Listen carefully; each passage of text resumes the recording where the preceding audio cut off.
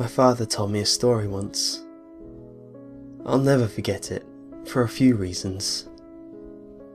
I think it's the first story he ever told me, as a child. It's also the story of how my grandfather died. But honestly, that isn't the reason.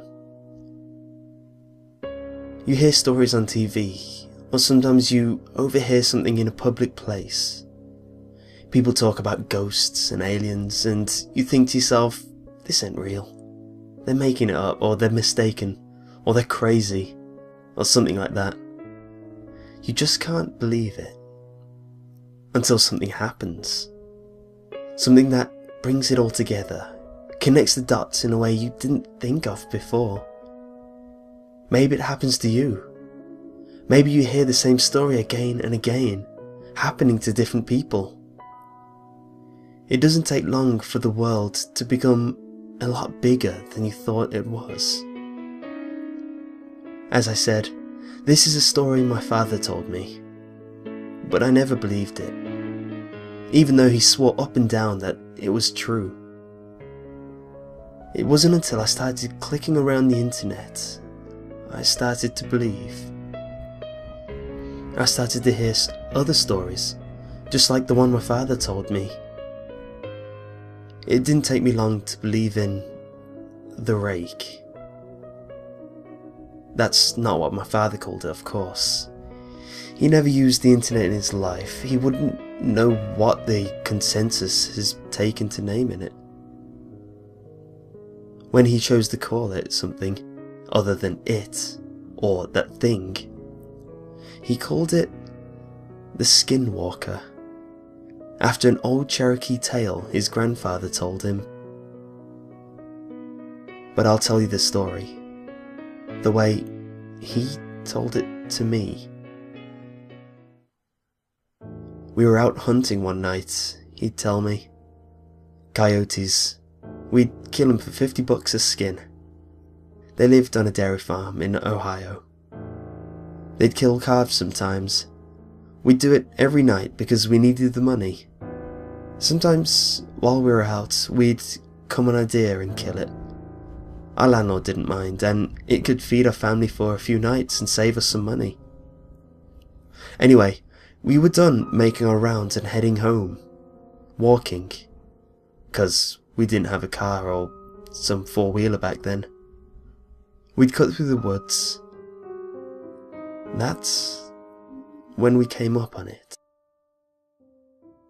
Blood everywhere, splattered on the trees, in the grass, in the creek, everywhere. At first we'd figured it was a pack of coyotes. We'd seen it sometimes. They can't scavenge and start hunting deer or cattle. The worst was when they breed with feral dogs. But this wasn't like that. See, when a pack of dogs or wolves or coyotes attack something, they do it right. They'll pick off the one that's weak or sick or old or just small. They'll hunt it, draw it into a corner, someplace it can't get out of, and they'll run it right to the biggest one, the alpha. And that deer will never see that alpha. It might hear it, but it won't see it. It'll just notice that its throat is gone, and then it'll drop dead. It's quick, it's clean. That wasn't what happened here. Something had run up on a den of deer. Coyotes won't attack a den. Wolves neither, because they'd get too much of a fight. There were 3, I think. 3 bodies, just torn apart. You'd see a head here, a leg there, a torso there. Predators don't do that. They don't leave behind scraps. What had done this hadn't done it for food. It had done it for fun. but we didn't know that. We saw a bunch of carcasses and we think it's something we gotta take care of. I remember my dad telling me to go home. He thought it was a pack of feral dogs, but I wasn't leaving him, and I damn sure wasn't walking through 2 miles of woods alone, with nothing but a .22 and a pocket knife. He was only a 13 at the time, so a .22 rifle was about the only gun he could reliably use. Dad had the shotgun, and I wasn't going anywhere without it. It took me a while to convince him, but we finally began tracking whatever did that. It wasn't hard either. We just followed the blood. Either that thing bled a deer before it got away, or it dragged one for a mile. I don't know. I know that I'd never seen my dad scared before that night. We started hearing noises. I've been in a lot of woods in my life. I've been all over the world, and I ain't never heard a noise like I heard that night. I heard things screaming. Heard deer and fox and rabbits and raccoons and birds just scared. Keep in mind, this was maybe 12 or 1 o'clock. Except the fox and some birds. Nothing was supposed to be even awake. But they weren't just awake. They were moving. I saw flocks of birds that night fly straight into trees, just trying to get out of there. We came up on a pack of coyotes. Nearly shot a couple, thinking it was what we were looking for. But then we saw they were running towards us. They ran right past us, didn't even notice. Then some deer did the same. Then some rabbits, squirrels, foxes, even a couple wild hogs. These things were supposed to be eating each other, and the only thing they cared about was getting out of there. We should have put it together, that maybe whatever we were tracking, and it wasn't something we could kill. I don't know why we didn't go home. I guess we were curious. I think that was my dad's nature, to go toward trouble, to fight. And knowing what I knew about what my father did during the war, my nature was to stay close to him. We finally get into an open alley. It was normally a soy field, but it wasn't in season, so it was just flat dirt. We saw the track then. A lot of animals fleeing the forest had paved over the land. But where the deer blood was, nothing had taken a single step. Like they were leaving it for us to find.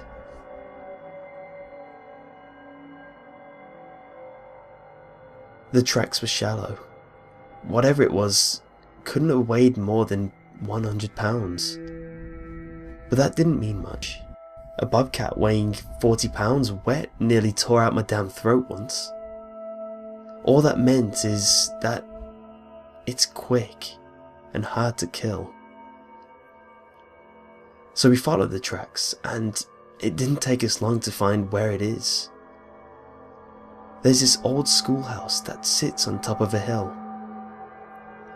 Half of it had been ripped out by a tornado, but nobody lived there, not for a long time.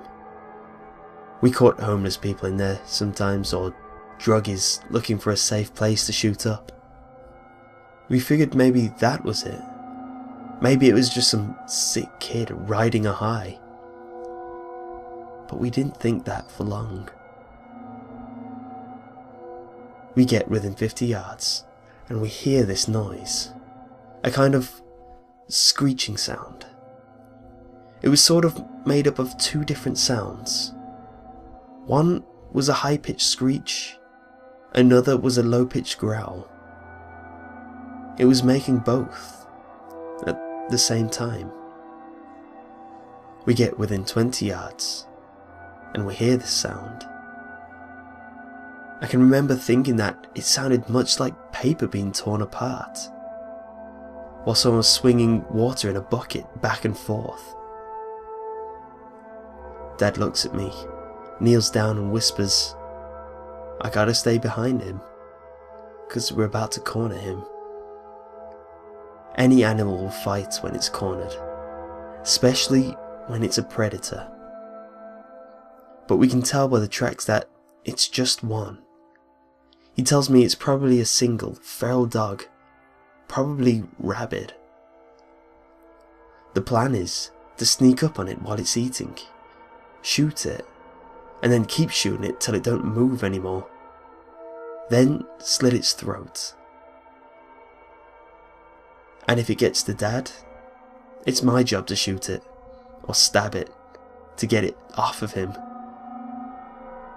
So he walks up, and I'm right behind him, just a tad to his side, so I can see what it is.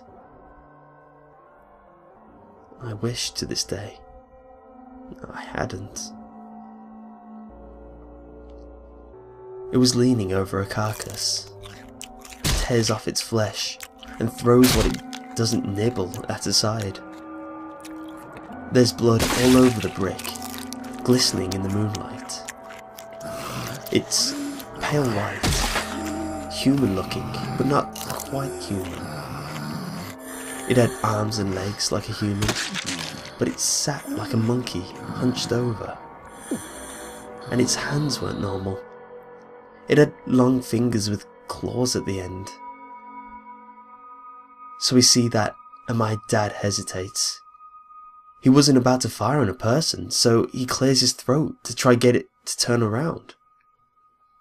I swear to God, all the noise just ceased. I ain't never heard true silence before that, and not after. But for 2 seconds, nothing. Nothing made any noise, which made it all the louder when it turned around, made this shrill cry and jumped on Dad. He got a shot off. I think he missed. If he hit the thing, it didn't mind, but it was on him. It tears parts of him off. I start shooting with the 22 point blank, but it barely bled the thing. I got 5 rounds, and then I started hitting it with the gun butt, but it wasn't budging. It didn't even register that I was there. It's clawing at my dad, taking off bits of his flesh. It starts on his torso, ripping off the skin, his tip, and then it moves up. It tore off his throat, it tore off his nose, his eyes. It scalped him. Then it started digging, ripped off the bottom half of his jaw with a little bone, and then that tube in your neck, then his ribs. I don't exactly remember what happened, but somehow my dad's knife ended up in this thing's shoulder, and my dad ends up on my back. I'm running, and by God, I'm running faster than I ever ran before or after, and it's following me. I end up back in the woods, opposite the ones we've been in. I'm heading towards my landlord's house, because it's half a mile away. I can hear this thing screeching and moaning. I hear these 3 branches crack and get thrown down. It sounds like someone's taking an axe to every single tree I pass. It's cracking so loud and so often, but I just ain't looking back. Finally, I trip into gravel and look up, and there's my landlord and a bunch of his buddies drinking around a campfire. I scream and cry, and they come over. I'm telling them to call an ambulance, and he looks at me, and I'll never forget what he said. "What's that on your back?" he asked me. Just as he said that, he saw One of those god-awful flannel shirts my dad wore everywhere. It was what was left of my dad. Most of his head, his torso, but nothing after the waist. Suddenly we hear it, screeching. He grabs me. My dad gets thrown on the ground. I'm fighting him, crying because I think we can still save him somehow, but my dad was gone before I ever picked him up. He has to pick me up and throw me inside before I come with him. He and his buddies were all inside and locking doors and getting their guns. The landlord's asking me what happened, but I don't know what to tell him. He pieced enough of it together to understand that there was something dangerous there. All the lights in the house are on, and someone calls the cops. They'll be there in about 15 minutes. We look outside and see it walk in front of the fire they'd made. Don't know what it is. One of them says it looks like an ape. Suddenly something goes through the window. We shoot at it, but ain't the thing. It's my landlord's dog. Just the body though, not his head or legs. We start pushing things in front of the door and windows when we hear something in the garage. I remember one of his friends saying that the doors were open. We hear the metal and glass just get ripped apart. We put a couch and a TV in front of the door to the garage. It banged around some more, but then it got quiet. Not silent like before. We could hear it move around some, and the guys were talking, making sure the guns were ready. Someone hands me a pistol. No sooner did it cock the hammer back did we hear something shatter upstairs. Then we heard it screech again, except now it was louder, and it didn't echo and fade out, because it was inside. We all rushed to the one door leading upstairs, and we got to it just as the thing did. It opened it a bit, and 4 or 5 men just slammed into it. He got his hand through though. Someone with a shotgun took care of that though. Put the barrel right up to its wrist and pulled the trigger. Cut its hand off clean. That only annoyed it though. It started pushing on that door, clawing. We were on one side pushing it as best we could, and it was on the other side doing the same. That wood just wasn't going to hold. So someone tells us to keep our heads down. Suddenly the top half of the door is just gone. My ears are ringing and there are splinters everywhere. 2 or 3 of them just unloaded on the top of that door. I don't really know where it went after that. The police got there. I was glued to that door. What was left of it. The sun was up before they got me off it. They put me in a hospital for a while. A lot of people talked to me, but I didn't talk back. Not for a long, long time. When I got back home, I got a job for the landlord, working on the farm. We didn't talk much, not about the thing. But I signed up for the army when I was 19, and he sat me down to drink some scotch as a send-off. I asked him, right away, what the police told him. The story they went with was a wild animal, probably a wolf or maybe a bear that had migrated north. I asked him how they could say that when they had the hand. He looked at me, stunned. He tells me that hand never made it back to the station. The cop who had it in his car wrecked, drove off into a tree and died on impact. The hand was never found, probably taken away by an animal. The cops, when they would acknowledge the hand existed at all, said it was simply the paw of the bear that looked like a human hand. I never talked to the landlord again. He went missing when I was in basic. Never found him. They said he owed some people some money and just ran away. But I don't think it's that simple. I never went back to those woods. I wouldn't, even if I had the whole damn army at my back. But that was a lie. When my mother died, I don't think my father felt he had anything left, and that he might as well settle old scores. He went to those woods. He never came back. FBI called. They did a show for everyone involved, but I knew they weren't really looking.